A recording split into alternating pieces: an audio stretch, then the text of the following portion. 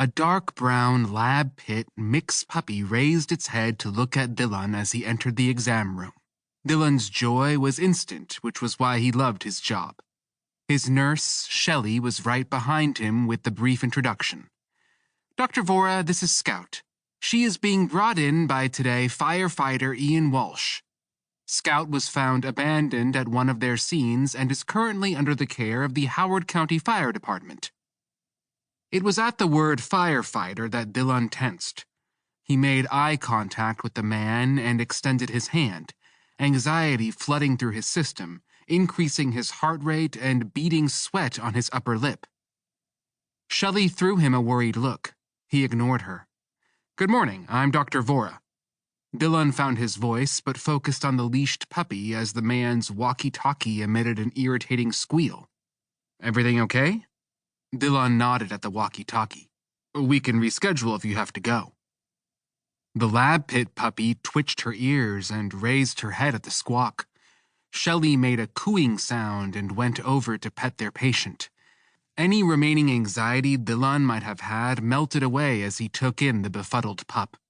The firefighter didn't even look at the puppy. "Nah, it's all good. I'm supposed to get the pup tended to, so let's just do it."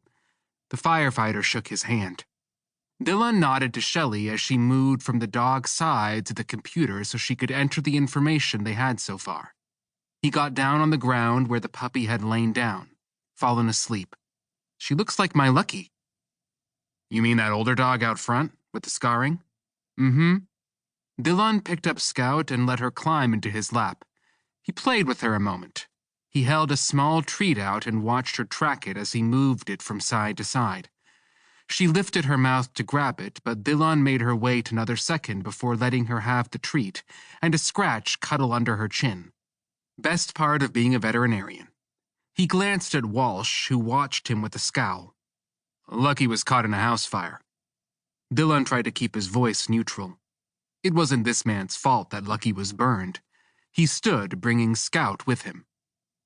Her coat looked almost pure black, and her big brown eyes reminded Dhillon of Lucky's when he'd been a puppy.